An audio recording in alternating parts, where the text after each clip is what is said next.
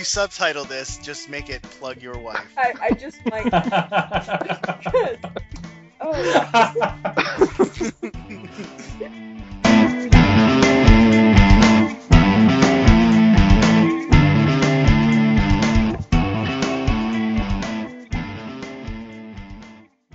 Hi everybody, this is Natalie. This is the fourth Jetpack Ninjas, and with me is Brandon. Hello. And Tony. Cheese curds. And Jerry. Hey. What we're doing today is keeping it retro. And we'll probably, because that's what we always do, is kind of go off on a tangent about other things that it's not going to be completely retro, because I think it's impossible. But we're going to do our best.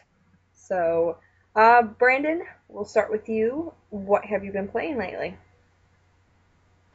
Well, I've been playing, up until yesterday, I was playing Crisis Core on my PSP, and then the PSP got stolen from me, so since then I've been how did that happen? Well, I was working at the game store, and it's not in the most savory part of town. Uh-huh. And I was showing somebody something on the PSP, like letting them test a game. Mm-hmm. And somebody asked me for something in the back, and normally I set the PSP under the counter and go do what I got to do. And this time I set it on the counter, and I came back, and it was gone. So that is horrible. Pretty upset about that. So since then, I've been too depressed to play much of anything. I would be too. Mm-hmm. Because I was on the final boss of Crisis Core. On the final boss, and now it's all gone. Yeah. I mean, not to mention the PSP, but I've got a friend who's giving me another PSP, so that's kind of taken care of. But which is awesome. But still, yeah, I know. It's depressing. So. Yep. So I played a little bit of Theater Rhythm Final Fantasy last night just because I was angry and I needed to let off some aggression with some rhythm-based gameplay. But other than that, I haven't really done much of anything. So you were probably swiping and tapping with all your might. I was. I turned on a One-Winged Angel in Final Fantasy VII. I was just going to town. I was like, Sephiroth will die tonight. All right, how about you, Tony? What have you been playing? It took me quite a while from last weekend to this weekend to actually pick up a game. Like, for some reason, I just wasn't feeling it up until about Wednesday or Thursday. But I started up Mega Man 3. You can't see that. I have my thumbs up. I got about, let's see, I think I did Magnet Man first and then Spark Man or something like. I don't know. I did a couple that were weak to each other, but I forgot all the order. So I'm kind of like, I think I'm stuck on a boss somewhere. Yeah. That I can't beat. And I'm just, I don't know. I kind of put it down just because I was frustrated not being able to beat a certain boss.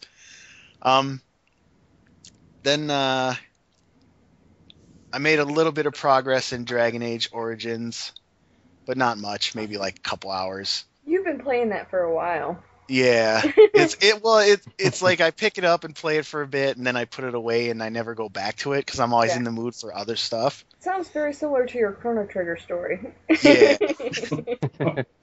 that one's worse because I haven't touched it yet. But I did that, and then this morning I decided to start the Metal Gear HD collection. Awesome. So I started up. That. Yeah, I started up Metal Gear 2, and I'm having a lot of fun. I forgot how much I actually really like that game. Even though I think 3 is the best one, 2 is actually not that bad, especially with all the criticism it gets for its storyline and stuff like that. I like 2 a lot myself. I've never had a problem with it. I maintain that most people that don't like Metal Gear Solid 2's storyline didn't fully get Metal Gear Solid 2's storyline. Well, that's just it. Like, at the very end, it takes that super hard left turn, and Mm-hmm. Right. we are the ghosts of the America or whatever. I was like, what? But yeah, I mean, all of that aside, I think it's still a really good quality game. So, and there's another game I played somewhere, but I can't remember. I didn't get real far in it, so I think I died a few times in Dead Space 2 because yeah, I'm not good at that game anymore. Yeah. All That's right. it. Okay. How about you, Jerry? Well, like Tony, since last we talked, I've been playing all kinds of stuff. I've been playing Theater Rhythm as well. I absolutely love that game. It's one of those kind of games where if you're not an old school Final Fantasy fan, you're not going to get into it as much as someone that is. Okay. That's very true. Yeah. It's something it's extremely referential to the old ones. If you don't know the music, you might not be able to follow it. Yeah, I get what you mean. And just a whole bunch of little. It's a whole lot of fan service as well. So if you're not a fan, then you're probably not going to be within the target audience for the game. But I guess Dissidia was the same way. Yeah. Yeah, they're pretty much the same game, just different Yeah, it's the same mechanics. story even. Yeah. I do like though. I do like how they use the original, the sound files from the old games as opposed to doing like some sort of updated remix versions or something. Because pretty Yeah, cool. I think they only used one updated version for one song from like Final Fantasy 1 because it wasn't long enough. So they used like the Final Fantasy Origins version. Right. I don't even know which song it is. I just heard that. So. But yeah, otherwise it's the old MIDI type. Oh, I didn't realize that. That's pretty cool. Yeah. Yeah, it's direct sound from the NES and SNES versions of the older games. And PlayStation 2, but better music from there. Does it have the Kefka song in it? I don't think so. It does. Oh. I unlocked it. Yeah. It's an Okay, good. unlockable at like around 18,000 rhythmia. You unlock it. That explains why I don't have it. You were quite upset. Yes.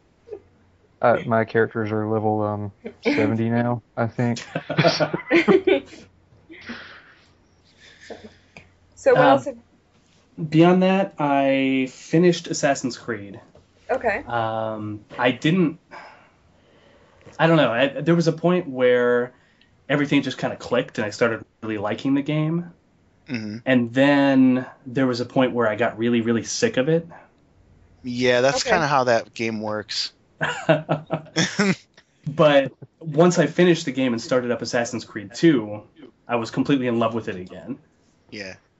So I've been playing a bit of Assassin's Creed 2, and I like that one a lot better. I think primarily because the main character is more relatable. Well, as I was told, you don't even need to play the first Assassin's Creed. Just start with Assassin's Creed 2. That is what I was told. That's what people tell me too. I don't know. I think the story is important just to have that kind of backstory to it, but it's nothing that you couldn't read or watch YouTube videos to get. Yeah, But I would recommend first catching that story whatever way you can, and then starting on 2. Yeah. Because I think Oh, I'm sorry. I think one of the things that the first game does best in the franchise is it makes the assassinations like momentous, because you kind of do all the ancillary missions around it to build up knowledge about your target and learn like the best way to approach the mission, and then at the end of it you go after the main target and you kind of have like a knowledge of the environment and guard patterns and things like that. So then to me it kind of felt like you were building up a game plan, so to speak. Mm-hmm.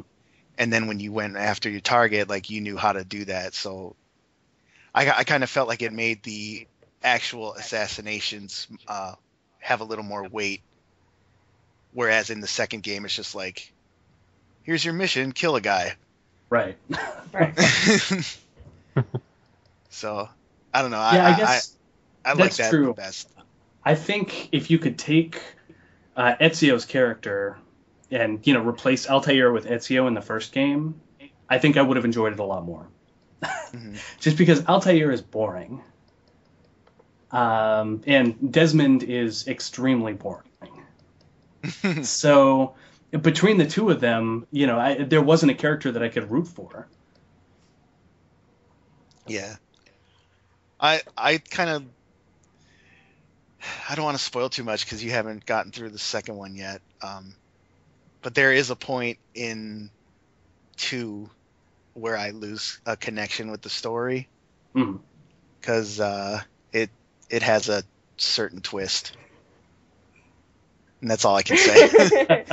Well, hey, you're just kind of leaving that one out there, and Yeah, Yeah, I'm sure I'll pick up on it when I get there. yeah. Well, it's you'll know it. Now, is this a twist like that's universally upsetting or disconnecting, or is this a Mass Effect twist that some people were upset about and others just didn't care? Like me, I didn't care. I would say I don't know. I guess it depends on your mindset of where the fiction goes because I was Mhm. kind of expecting one thing and it went in a completely different direction and one that I guess I just didn't really see coming. Okay. And it actually kind of makes the plot seem not Bad? in a not like I don't know. It kind of makes some of the key points of the main conflict like seem to not matter, I guess. All right. So I don't know. Okay. Get back to me when you finish it, and I'll let you know why I feel that way. Okay. Okay. And also, aside from that, I've been playing a lot of Xenoblade Chronicles. Mhm. Ooh, I And want to play that. yeah, it's one of those games that it kind of, at the very beginning, I was having trouble getting into it because the battle system is like that of an MMO rather than like that of an action RPG. But I'm finding that that's kind of the direction that most action RPGs are going because it's just such a familiar style of play. Right. Um, anyways, as I got more into it and it got more complicated, I actually really enjoy the battle system now. So, yeah, if you start playing the game and you start to feel that it's kind of a boring battle system, just wait, it gets better. Also, the story is a lot better than what I'm used to from RPGs these days. I think primarily because I haven't played a lot of Japanese RPGs in quite a while, because there haven't been very many good Japanese RPGs. Yeah. But it's definitely a worthwhile game, I'd say. I'm not far enough into it that I can really give a full review, but I'm enjoying it quite a lot. Okay. All right. Well, me, actually, the only thing that I've played recently is Kirby's Epic Yarn, and I play that with my daughter, and it's so frustrating because she is completely oblivious to even the point of the game. She's just point A, point B is all she cares about. She doesn't understand that collecting the beads actually is part of the game, and collecting all the patches and things like that. She just doesn't get that, and it's so frustrating because when you're playing two player, you can't like if you get overjump something and you want to go back, well, she's already pushed to the edge of the screen and I can't go backward. And or you're climbing up and I'm trying to get something that's down and she just keeps climbing and oh no, I'm dead now. So, but yeah, that's all I've played lately, and then maybe it's because I get frustrated, and so it's hard to pick up another game. But I have also been directing my husband on the original The Legend of Zelda, which has been fun. It actually, because he's discovering things that he's never even encountered. Like, we discussed how, he's like, I don't think I've ever seen this guy. And these are bosses of, like, lower levels. It's like, and the thing is, like, and he was talking about how he had gotten the whistle at some point. This is what he's saying. I got the whistle, blah blah blah blah. That's as far as I was. And then when he's saying that he never saw those bosses, it's like, oh, so you're going to the levels and just getting the item, and then moving on to something else. So yeah, So it's fun to see it, and like.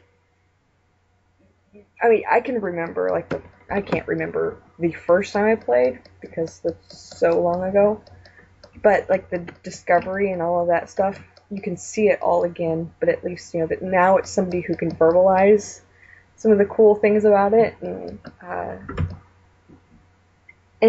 appreciates it in a different way, and it doesn't have any nostalgia with it. It's completely innocent in his appreciation. So, it's really nice. So that's pretty much what I've been doing gaming wise. So it's sad, but instead I was working on the site. So we've got that up and running. Yay. So, yay! I have a post. You do have a post, and it was About so kitties. hilarious. Yeah, and actually, I've got your thing on Reddit and OGR, and I still need other, ones that I'm going to put there.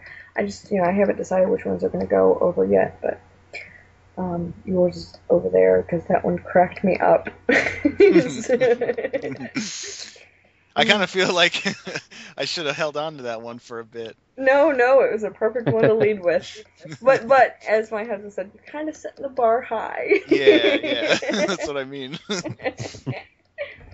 I don't know. I have at least one or two other posts that will have similar Oh no! hilarity. Just hilarity, not so much, not the content. Yeah. Oh, yeah. Well, it was funny. It definitely was funny. And, as Jared said, I don't know if you guys know him as Jared or Waldo, or I call him Jared. A Temple of Retro. That's how you guys would know him for sure. He said, he didn't see that twist coming. And I don't think anybody could. If you did, there's something very wrong That's with the magic of my family. So, but yes, the site's up and running. It did take out from my gaming time, but it was worth it. It definitely was. So,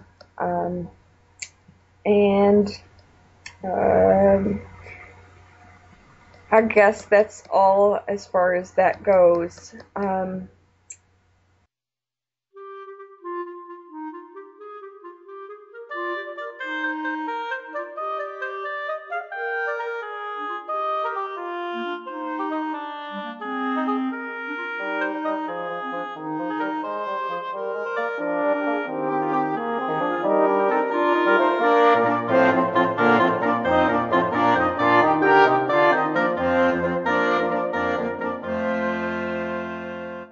So we will move on to the next thing, which is Final Fantasy versus Dragon Warrior.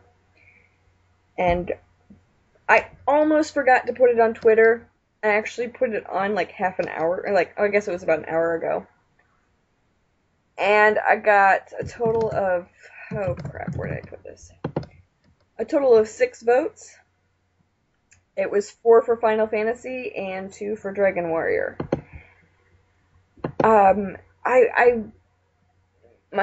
I've been debating. It's a really, really, really hard pick for me, because I have a feeling Final Fantasy probably is a better game, but I really like Dragon Warrior more, myself. I think if we're going to get right into revealing our choice, I'm going to go with Final Fantasy. But I think where Dragon Warrior lost me was it's just kind of like it just had kind of a standard, save the kingdom kind of a feel to it. Like there Maybe wasn't. that's why I liked it, because I like saving the kingdom. Yeah, I don't know. I just felt like there wasn't a whole lot there other than go outside and fight and move through the map to get to the end or whatever. Yeah, the next little village, and then, eventually you gotta go and fight, big time. Hmm. But, I mean, up until then, you're building difficulty, but, yeah, the point of it is to save the kingdom.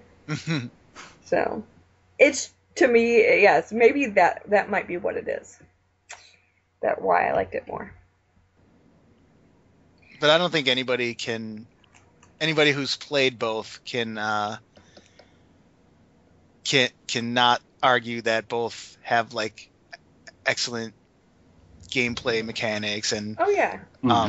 especially the soundtracks stand out for me because I can never shake the overworld map song from Dragon Warrior ever. I'm trying to bring it up, and I can't right now. And see, I'm sitting here humming the overworld theme to Final Fantasy in my head right now. Yeah, that's what I mean. It's like you mention it, and it just pops into my head. It's of course, part of that's probably all the theater rhythm I've been playing, but Probably. Right. right. So, alright, then, Jerry, where do you stand on this? This one's pretty difficult for me, even though I was the one that brought it up. I think that's why you brought it up. It is. But Dragon Warrior was, if I remember correctly, Dragon Warrior was my first. Not counting the SSI Dungeons and Dragons games on the PC. Mm-hmm. Dragon Warrior was my first, Japanese style RPG. Mm-hmm. And as much as I love it, I think I would give it to Final Fantasy just in terms of music and story being just a hair better, in my opinion. Right. Mm-hmm. Because like you said, Dragon Warrior is the typical, you're my descendant, go save the kingdom thing. Right. And I don't know. Looking at just those two games, I would give the edge to Final Fantasy. As a series, it would be a completely different battle. Oh, really? Because as a series, I definitely would give it to Final Fantasy. In the end, I probably would too, but you have to look at different things when looking at the whole series as opposed to just the two games. Well, to me, as a series, Dragon Warrior or Dragon Quest as a series, it was the same game over and over and over and over and over and over. Yeah. And that's true. Too many. Well, I guess Final Fantasy is guilty of it too, but a lot of similar like enemy types throughout. Like everyone has slimes and everyone has. Yes, goblins that's or just whatever. it. They all did have pretty much the same enemies in both games. And they even looked almost exactly the same. Right. So, I think what we're arguing right now, because we are actually arguing the original games, is the storyline, not really gameplay, not really enemies. We're really arguing storyline. Right. So, I felt like Final Fantasy had an edge in terms of the gameplay only because you faced a lot more multiple enemies. yeah. I remember a specific battle where you have to find the crown, and the battle to get to it is like 9 of these wizards or something. Oh man, I know exactly what you're talking about. And and that's not an easy battle. And I was not of correct level to take on that battle. And here I was thinking of the time that I had to fight two, oh god, what are they called? And I'm talking, I can't even remember, and this was in Dragon Warrior, and I think they only went up like 2 at a time. You never had to fight more than that. But I might be wrong. I just don't remember more than that. I also like too how you in Final Fantasy you had to pick 4 allies or whatever, 4 heroes, Mhm. and it was kind of like whatever your choice of class types were kind of affected how hard the game was for you. Yeah. Mm-hmm. And you hear the stories about people, going all white mages. I did the all white mage thing, not for long, but I did do it.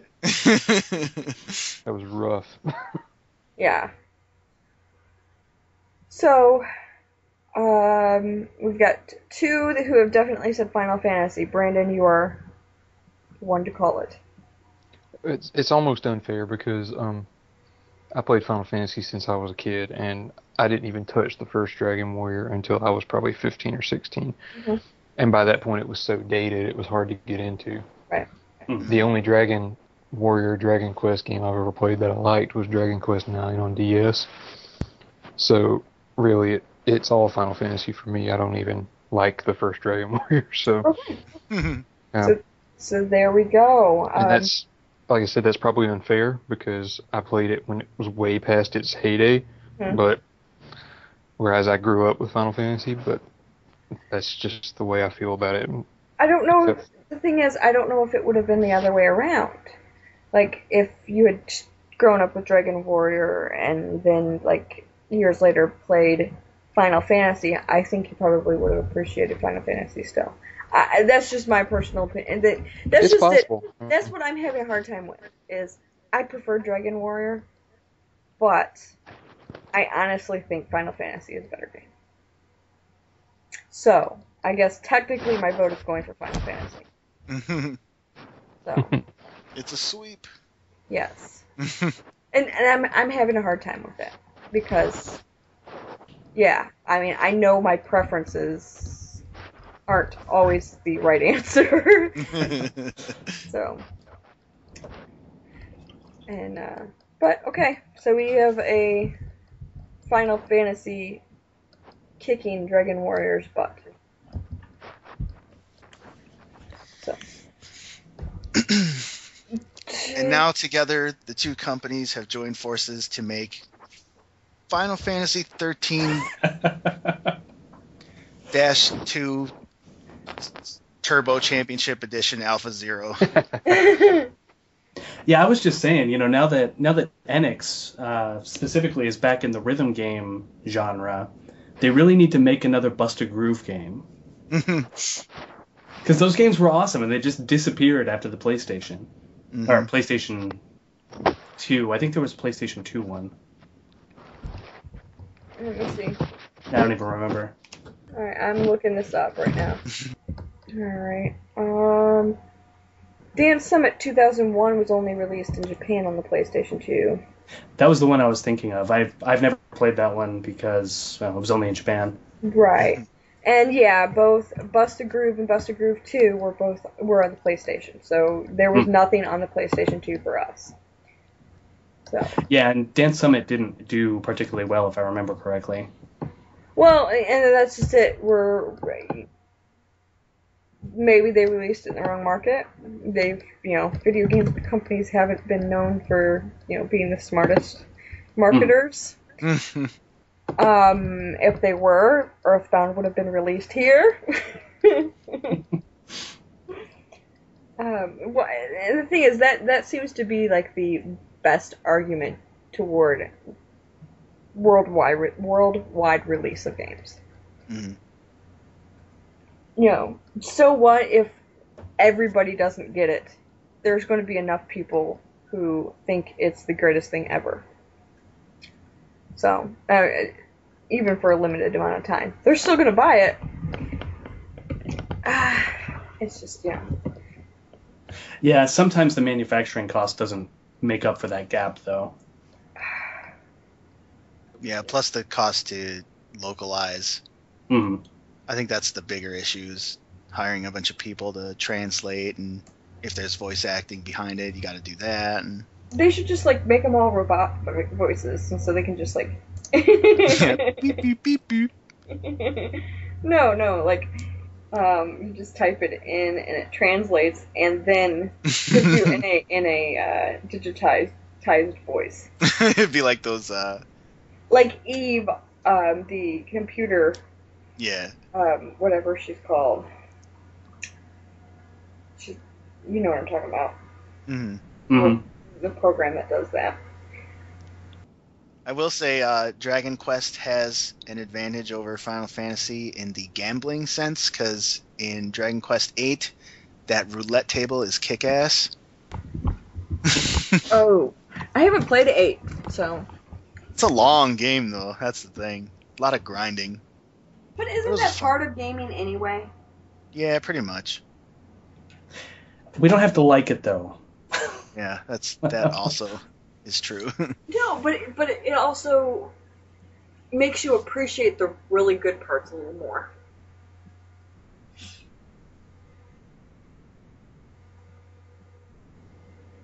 I guess it depends on the game too. Like sometimes grinding is all right. Sometimes it takes 4 days.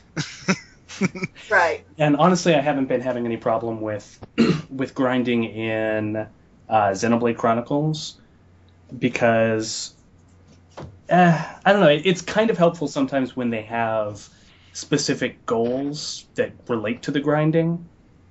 I'm not much for fetch quests, but when you have to grind anyway, at least if you've got something you're supposed to be doing, it's helpful. Mm. Right. I don't like fetch quests either, and that's one reason that I've been so annoyed with Skyward Sword. I still haven't finished it.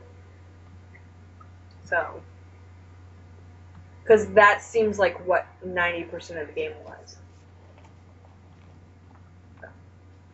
I don't know. Is that just me? I haven't played it. I can't. I haven't I either. haven't played it either. Oh, But I didn't get far enough in Wind Waker to find it. But from what I understand, wasn't that like what half of the Wind Waker was too? I haven't played that one. Oh, that's a fun one. I love Yeah, that game. That's a great one. I love it. So, well, they can tell you. But yes, toward the end, you have to go all over the world looking for pieces of the Triforce, and it gets a little old, but when it never really bothered me that much. when in the original, that was the whole purpose, and so it was part of the game. It wasn't, just a game extender. Right. And what I liked about it too is each, if I remember correctly, each piece kind of had a way to, you had to like solve some sort of puzzle to find it. Right. And I like that kind of thing where they incorporate some sort of method of having to think. Yes, that's one thing that I've liked about Zelda, especially the little more modern ones. Mhm. There are definitely are puzzles, but it's still they also have added little things that just are there to make it longer. Yeah. To add playtime, because people seem to think that 40 hours means that the game is good, not the quality of the game. Right. The thing about Wind Waker was once you found all the Triforce pieces, the payoff was so awesome that it made up for any monotony that you might have experienced, because that twist in the game was so amazing to me that Yeah. I was just like, you know what, I don't care, I could spend 40 hours looking for these Triforce pieces. If that's what's going to happen, then I'm okay with it. Right. Plus, it's one of those things where it kind of forces you to discover or explore. So, like when you're sailing all over to different locations to find those things, you're passing areas you may not have seen before. And I thought that was Right. cool too, because there were a lot of things that I just like skipped over or passed by and just was like, oh well, I'm just going to this temple. But then on the way back, I was like, oh, I'm going to check that out. And you find an item or something. So I don't know. I thought it was a great game. I know I need to play it. I know that. But Yeah, I need to go back and finish it. when it's on if it ever gets there, the Virtual console. yes, Yeah. if it ever is there, then yes, I will get it. I might still get it because I can just play it on what I have. So we'll see. Yeah, and I could see them doing that with the Wii U, provided it has. I mean, I would assume it has the power to play That would be great. GameCube games. No. But I I mean, the heard fact that that there wouldn't be any backward compatibility. there won't be, and that's really sad because honestly, it's not a big jump from the GameCube to the Wii. No. There's an emulator, Dolphin, that actually plays both GameCube and Wii games. I can play GameCube games on my Wii. Right. Why wouldn't they continue that on the Wii U? It makes for an interesting segue. Yeah. Yes, it does. That brings us to our article.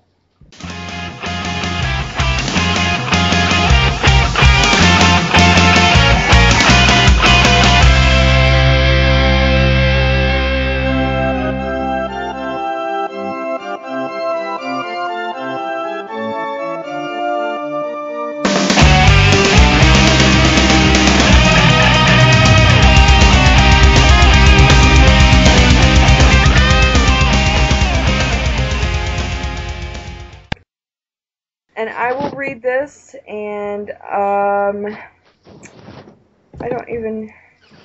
missed the title. I didn't copy the title of the article. Let's see if I can find that really quickly. Crap. Why do I do this? As a warning, this article has a bit of personal opinion to it from the writer. Yeah. But it does raise some interesting points as to the purpose behind it, I guess. I've got the title right here if you want it. Yes, it's Sony's Gaikai. I'm making sure, I'm just checking to make sure I pronounce that correctly because I have to say it several times. Yeah. Sony's Gaikai acquisition and the PS4 backwards compatibility dilemma.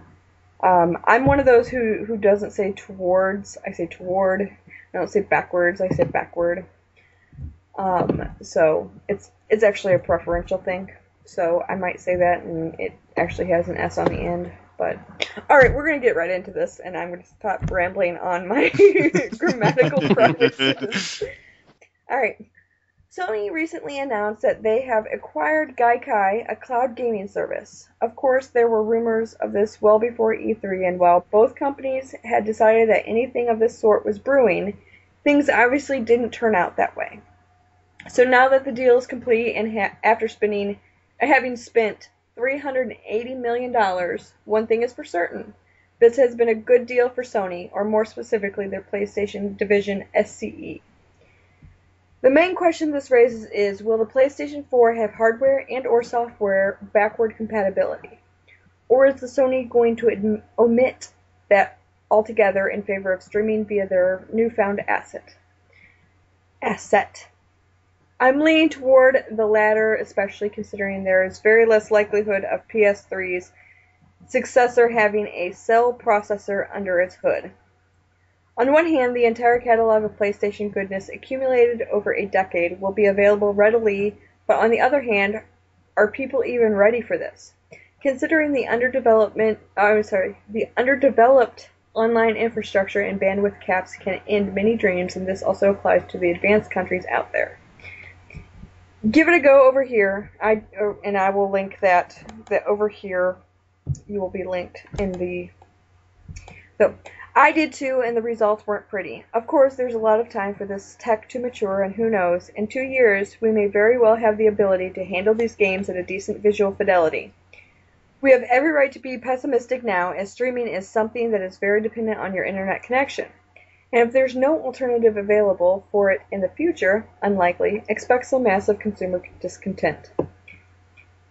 In the press release, Sony mentioned something about creating a new cloud service, and if you remember, they had registered a trademark for PS Cloud, which sort of explains that they were planning this for a long time. Sony is cooking something, and we don't know what is that. However, one thing is for certain. Even though this is risky, it could be highly beneficial for the company if implemented well. Kaz Hirai has been advocating the One Sony mantra, and considering that I already have Music Unlimited, Video Unlimited, and other services, streamlining them and making them accessible under one account can prove highly beneficial for them. In the future, if PS3's successor can make all this content and services available under a single account for the consumer, the possibilities are endless for Sony, but the hard part is doing so. Gaikai's tech is also suitable for Sony as the service doesn't require any game modifications, unlike OnLive. This really allows any game to be compatible with the service without requiring any major modification to the core code. And it seems like this is the tech that Sony liked when you consider the vast amount of content from various platforms they have to offer: PSP, PS1, PS2, and so on. This can be beneficial for their TV division as well, but considering it's acquired by SCE, it will most likely be used for the gaming division only, and they will probably license it to third-party TV manufacturers like Samsung and LG who already use this tech on their TVs. Think of Skype, which is owned by Microsoft, on the Vita.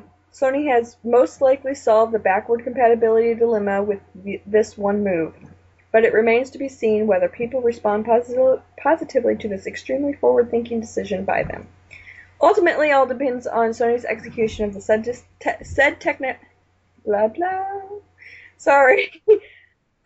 technology in a way that's not only easily accessible for millions of people, but also provides a solid alternative to people who don't prefer physical media.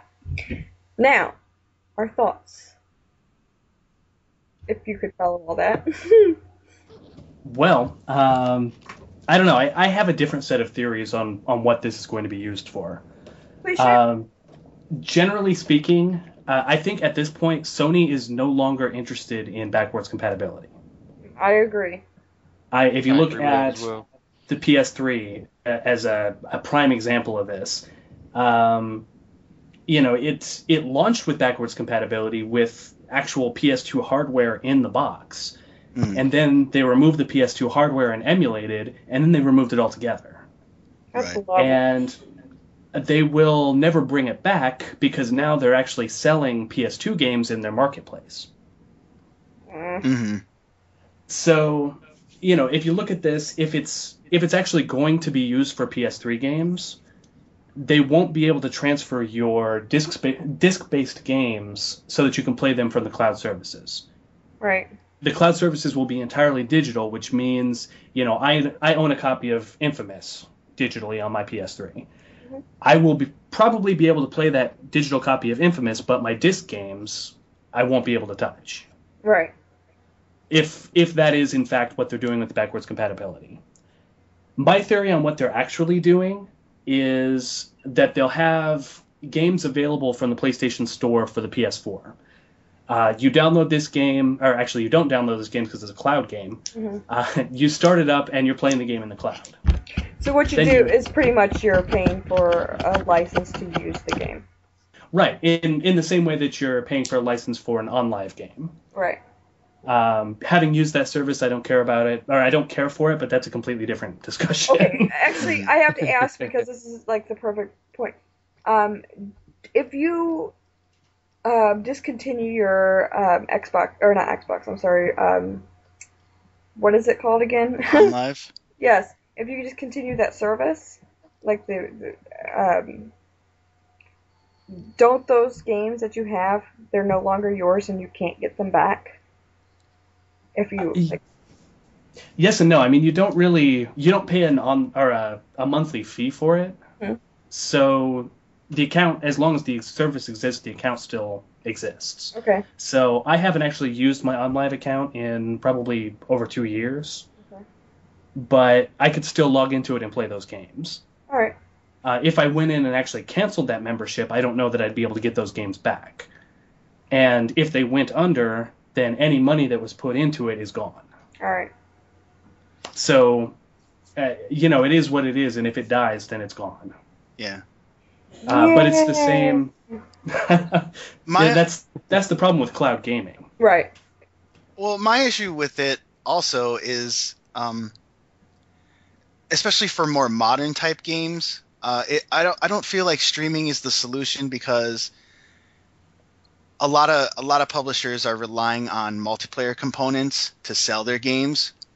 So it's like, I mean, you make a game like Dead Space, and then Dead Space 2 is like, oh, we put multiplayer in it and stuff like that. And a lot of successful franchises like Call of Duty or Madden or Street Fighter, whatever you want,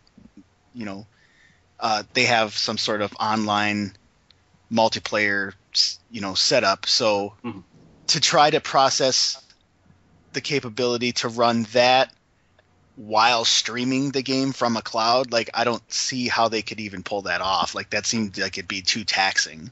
Right. Considering Netflix still buffers, occasionally, I agree with that. Yeah. Streaming movies is Right. perfected, so streaming games, I don't think it's Yeah, there especially yet. games are a lot more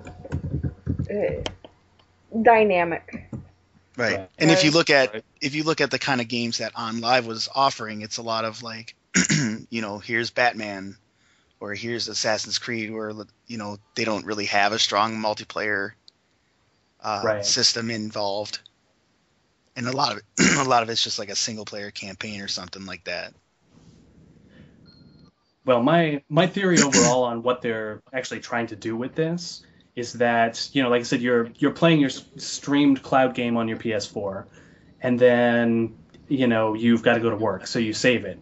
And then you get on the train, and you pick up that same cloud game on your Vita. Right. Right. That Because- part's nice. That part's pretty nice. But now, at this point, with sales of the Vita being as terrible as they are, is this the investment they want to make? Looking at it that way, it's hard to believe that that's the whole end game for this. Yeah. I kind of feel like there's got to be something, at least in the sense of trying to improve their PSN. So maybe like better download speeds, or, not having to update the firmware every 5 minutes, Right. stuff like that. But I don't know. I think if they, the thing I like about applying it to a backward compatibility is just that it makes it easier for them to deliver that, and it's not going to take up a huge chunk of memory on your hard drive and things like that. Right. Right. It's still, it's still as troublesome to me as I like having a physical copy of a game. Right. As do I, yeah. Because, you know what? No one can take that away from me. Right. Mhm. Except for my kids scratching it up on the floor. Using it as That a never coaster. happens. that never happens? Never. How many times has it happened to you, Brandon? We won't talk about it. Okay. It's upsetting when it does, isn't it? Yeah, you find like peanut butter and jelly on the back of them. Yep. So. Just But- put it in some bread. Yeah, there you go. But that's just Delicious Peace Walker sandwich. it. But yeah, and that's, I like the physical copy because no one can take that, and you don't have to rely on somebody providing it for you, and the network might be down, or your internet connection isn't working today, or it's just. Yeah, and you can delve into that argument of, is digital the way to go? It's not. I don't think it is personally, but They're I gonna. mean, They would lose a lot of gamers in the Yeah, process. yeah. So, at least that's my opinion, because I kind of like being able to go, I've got this over here, I can play that. Not, I'm gonna go and Right. go through hundreds of games and their titles and try to figure out what I want to play today. Right. I don't it would like be nice though to, have like a centralized area to say, like, these are where all the retro games or the older games are, and Yeah, there is something nice Play about it. that too. How about just as a backup, not the only source? Yeah, I right. think it's a good option, but Yeah. it shouldn't be the only option. Right. Mhm. And that's what I'm worried about, is that they're going to try to make it the only option. So you're Yeah. buying this console, which is just pretty much you are way on the internet, and that's it, really. And, Mhm. and that's interaction, obviously, but that's where the real question is because like if you're buying a console for say $400, what are you really getting? Like, are you getting actual hardware, or are you just getting some sort of thing that unlocks a service somewhere else? And then at that point, it shouldn't even cost $400. It should be like $200. If it's like a glorified modem. No, that's just it. You're buying a modem, which you can buy for like $50. Exactly. A decent one. So, yes, I'm sorry. It's a modem that picks up your the motion or like your controller. Yeah. Okay, I'll pay $60 for that. You know? Yeah. What's the cost of a PlayStation Eye? Just tape that to the top of a modem and awesome. PS4. That's pretty much, if that's the way they're going, that's pretty much what you're doing. So, yeah, and the thing with that is nobody realizes it. Well, I guess a lot of people, but like people who are not really into gaming or haven't seen what gaming used to be, they're not seeing what we are. They're just seeing this as, ooh, I could just do it all from the internet and I don't have to. And yes, I do like the idea of not having to bring more stuff in the house, but I like the physical copy because it's protected. Right. Right. And it's yours. Yes, it's mine. And I don't have to, pay a service to make sure that I can access my library. Or, and I know that not all are like that, but there are some things that you do have to pay extra and keep paying to be able to access. I'm not sure. Well, Sony does that now with their PlayStation Plus. Yes, that's what I was thinking of. I was thinking of Plus. That's what it was. You subscribe and you get all kinds of free games, and it's good value. But as soon as you stop subscribing, you stop getting access to all that. And where, like you've been paying the subscription fee, that more than covers the games that you've been playing, in the long run. Right. But you lose them all. So, it's just ridiculous. That's my opinion. So, but that's not saying that this cloud service isn't a bad idea. It's just shouldn't be the only idea. Right. It'll be interesting to see what they use it for, what their actual intention is.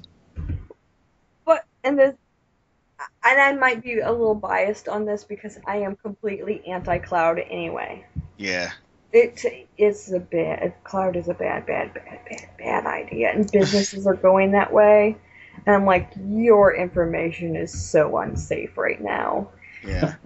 So, like, for example, I don't know, it was a couple of years ago. It was back when I worked for Verizon. I know that T-Mobile had this big snafu where all the Sidekick information was stored in the cloud, and every bit of it got erased or something. I can't remember exactly what happened to it, but there was no way to recover like millions of customers' information because it was the whole cloud was wiped out. And that was my first tick against cloud was, everything's gone. If their servers go down, you got nothing. Right. Well, and it's been happening more lately in the current time. Like, I think it was maybe 2 or 3 weeks ago when Amazon was having some cloud issues and it shut down Instagram for like 2 days. And everybody was upset. And that's Instagram, not your credit card information. Like people were like, I can't see what my friends are eating today. Yes. Well, why can't I look at these cats? I think I'm the only person in the world who doesn't use Instagram. I don't use it. Okay, my good. wife does, but I don't. My husband has posted a couple pictures through it, but I do sometimes. I don't have anything against it. I just don't use it. So, but as we see, Cloud A isn't secure, and B isn't stable. Right. So, it just shouldn't be the only source. And other than that, it's a fine for a backup. It's fine for a backup. Mm-hmm. But as long as it's not your only backup either. Yeah, like I don't mind having info in the cloud, that I also have physically saved, so that if I lose my physical save, like I did with this PSP theft, I could download my saves from the cloud and then have them again. Right. Well, that's different. Yeah. That's not relying on the cloud. That's, hey, the cloud's here if I need it. Right. So, we're all in agreement. Mm-hmm. I think so. We're always all in agreement. Actually, we're not always, but most of the time.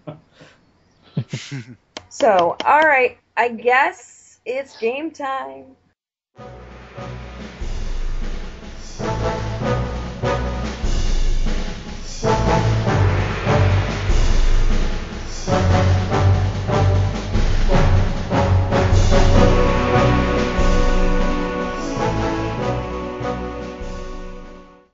That's right. Yay! Alright, what I've got here, I've already pulled up random.org to put in. I actually have to do the other one too. I have to do numbers. How many options do we have? We have 8 options. And number 6 is fast food restaurant. And I then bring up, I've already put in a list of our names to randomize the order we're going to go in. And it's going to be Jerry, Tony, me, and Brandon. So, whenever you're ready, Jerry. Okay, let me just say there's so few fast food restaurants, and so many of them are regional too, so how are you going to know if the ones I mentioned actually exist? I'm pretty familiar with fast food restaurants, even, like people will mention them, and I'll look up what that place is, and so... Mm-hmm. So, I can't say that I will know every time, but we're just going to have to rely on everybody telling the truth about what's in their area. Okay, well, I'll lead with a regional one then. Burgerville. Okay. White Castle. Taco Bell. Crystal. Carl's Jr. McDonald's. Burger King. Parties. Oh, my turn. No, it's not. No, it's me. Wendy's. Sorry. Oh shoot. Zantigo. Chick-fil-A. Taco Mac. Taco John's. Jack in the Box. Arby's. Jimmy John's. In-N-Out. Ooh, that was my next one. Subway. Zaxby's. Five Guys. Oh, that was my next one. What did you say? I didn't hear. Five Guys. Oh, yeah. Okay. Baja Fresh. Wiener Schnitzel. KFC. Sharkies. I got nothing. Yep, you're up. Oh. Tony. Does Panda Express count? Yes? Yes. Mine has a drive-thru, so yes. Oh, nice. All right, Sonic.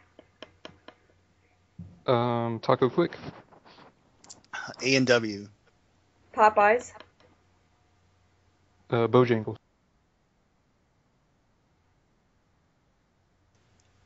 I'm out. Andy's. Brain farted. Red Burrito.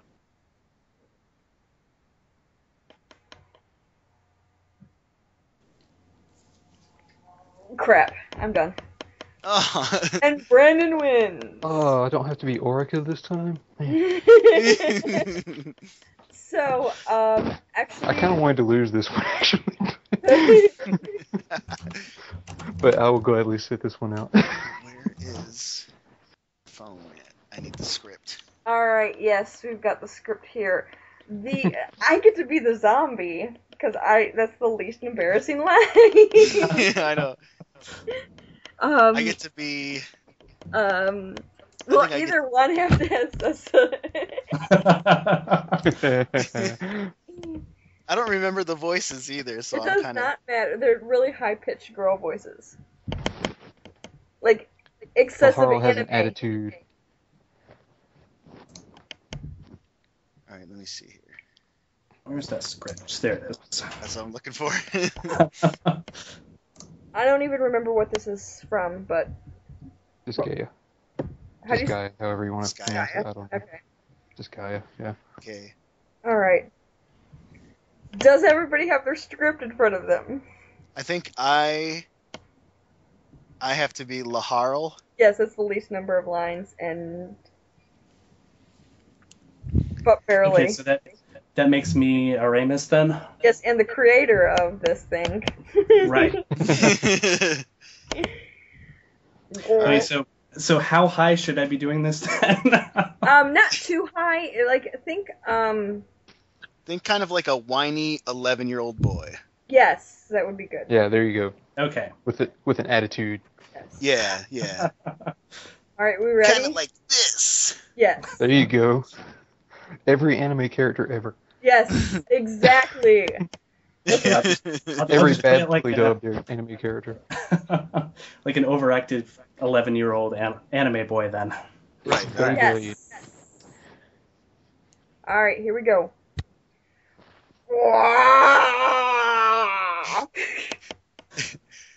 Kill one and another appears. Zombies, zombies, zombies. I'm getting sick and tired of this. You better stay alert, or else you'll be sorry. Check out that zombie. What about it? Amateur. That is my masterpiece. The fists of a dark karate master, the legs of the fastest demon in the netherworld, the brain of Mahogany, a famous sorcerer, the iron body of Hercules, and a horse wiener, all combined into one, the netherworld's ultimate zombie. What'd you say? A horse wiener? Now that's dangerous. Guys, don't let your guard down. Oh, that's excellent. And see.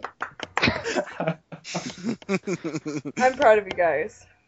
I didn't watch that video until today, and as soon as it came up, and as soon as he started talking about zombies, I was like, oh god, it's the horse wiener scene. I had forgotten about it. It's still not as embarrassing as that other one. No, it's Like, not. Oh. that was so funny, I almost peed myself. The other one did. Yeah. The other one was so awkward. Yes, it was. It was not meant to be perverted, but yet it was. Totally was. I kind of think it was meant to be. And Oh, I they know just- it was meant to be, but script-wise, it was innocent, technically. I like how you had to explain who Mahogany was. A Yeah. famous sorcerer. So, alright. That, I guess, is where we put in our little, hey, check this out. Brandon, you get to go first, our winner.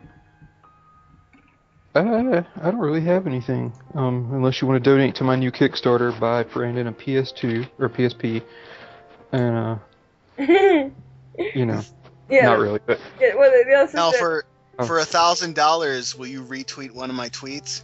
I will drive to your house and retweet it on your computer. I will log into your personal, and you can play Xbox with me too, on my couch. That'd be cool. And if you pay me $2,000, I'll let you do all my work. Oh, awesome! Yeah. Yeah. The pay to intern. Exactly. So. Oh man, that's a whole different podcast. But Yeah. Yeah, we don't get in, and the thing is, I almost had the Kickstarter 1B like that. Is it? I don't know how to pronounce it. I was pronouncing it Oya. I don't know how to pronounce it. Oh yeah. It's Ouya. Ouya? Okay. Ouya. Ouya. Yeah, we could do an entire podcast dedicated to that thing. Yeah. Yeah. I have many opinions, and they are, for the most part, contrary to the popular opinions. Yeah, I'm kind of in that same boat, I think. I kind of see it from both angles. So. I do too, and I think that's what makes it interesting. Like, I think it's got a lot of positives, but then at the same time, I'm really iffy. So, anyway, that's not the topic right now. Oh no, it was interesting. That We'll go for another hour on that. yes, we could. Mm-hmm. All right, Jerry, since you're on the screen in front of me now, what do you have? Plug your wife. Oh, okay. Oh, hey. I didn't mean that. Where? What's This this is a, website and how do I find it? PG podcast here. Oh God. It's far worse than the horse wiener right there. I'm blushing. Whew. I can only imagine the amount of fluster in Natalie's face right now. Oh, man. This podcast is going to get so many hits. Awesome. If you subtitle this, just make it plug your wife. I just might.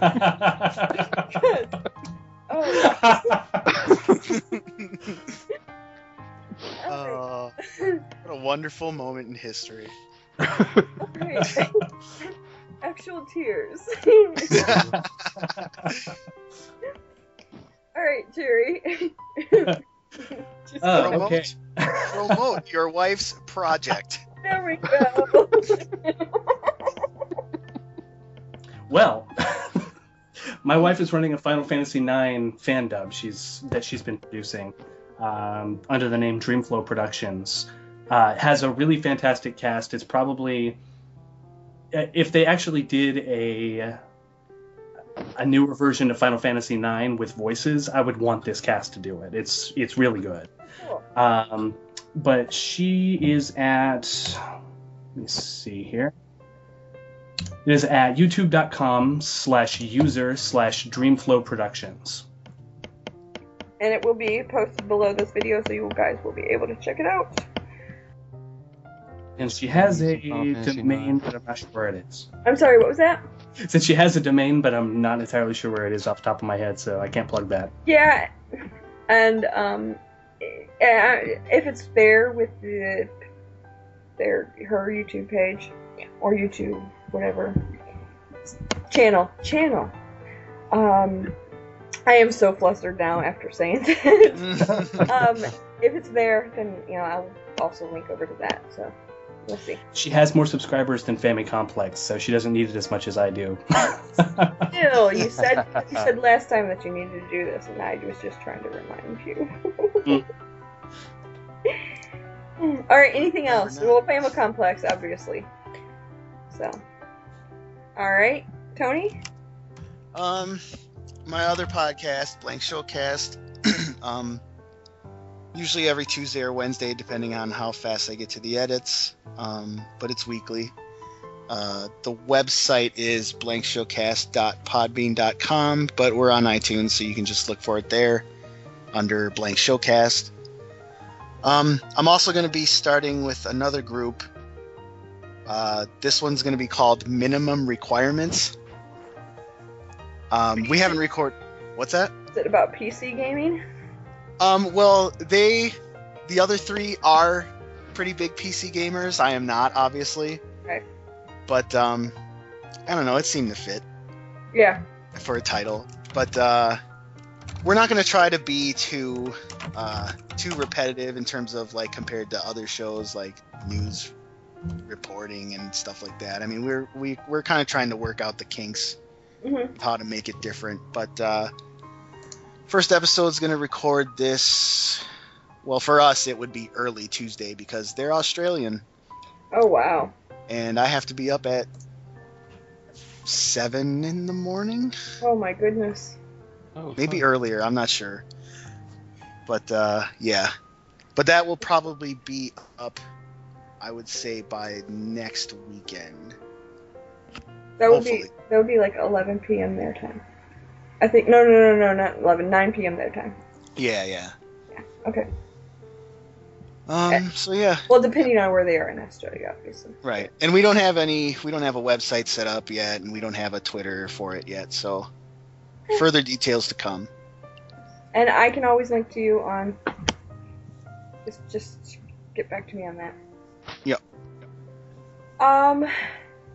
For me, obviously, we all write at dojoretro.com, and hey, this is the first one that I actually have been able to say dojoretro.com.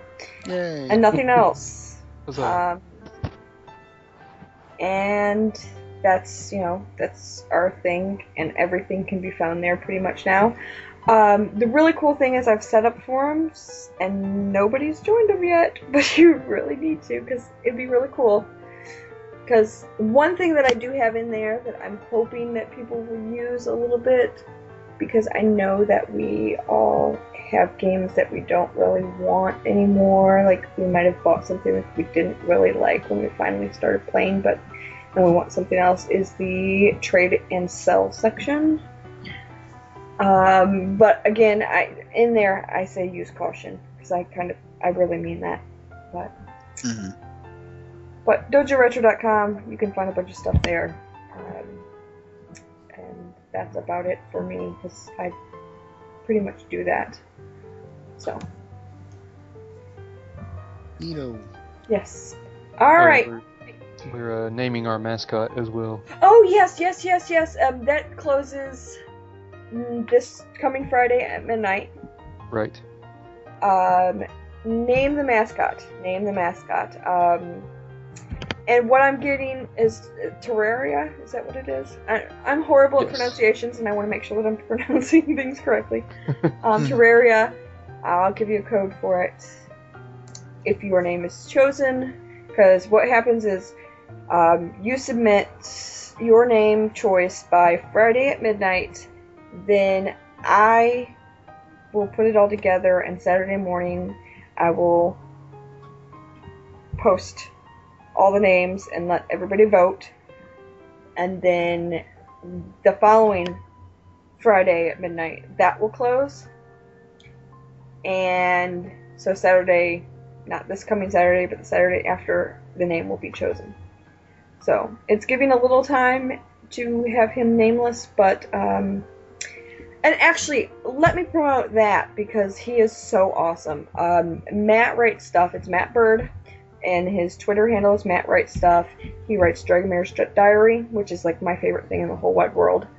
I love the story. It's great, and it's a fantasy story. You're hearing it all from Dragomir's perspective, obviously, because it's his diary. But he is a not very capable guard, and it's great. I really enjoy it. So you all should be reading that. If you have not been reading my tweets, maybe you'll listen to my voice. So but that's that. So I guess that's all for me on the promotion right now. So everybody else done? Yep. Okay. Yeah, I may have something next time, but I think it's too early to talk about it now. So. Oh, secrets. No, it's nothing. No. Oh. I don't mean to make that more intriguing than it is, because it's not. Don't get any high expectations off of that. Because you will be let down, seriously. So whenever we would hear it, we'd be, aww. What? That's it? It's all about generating hits. Yes. Yeah. So, alright. Thank you guys. This has been wonderful. And, I guess that's it. Bye, everybody. Hope you enjoyed the show. Bye. Later. Plug Bye. your wife.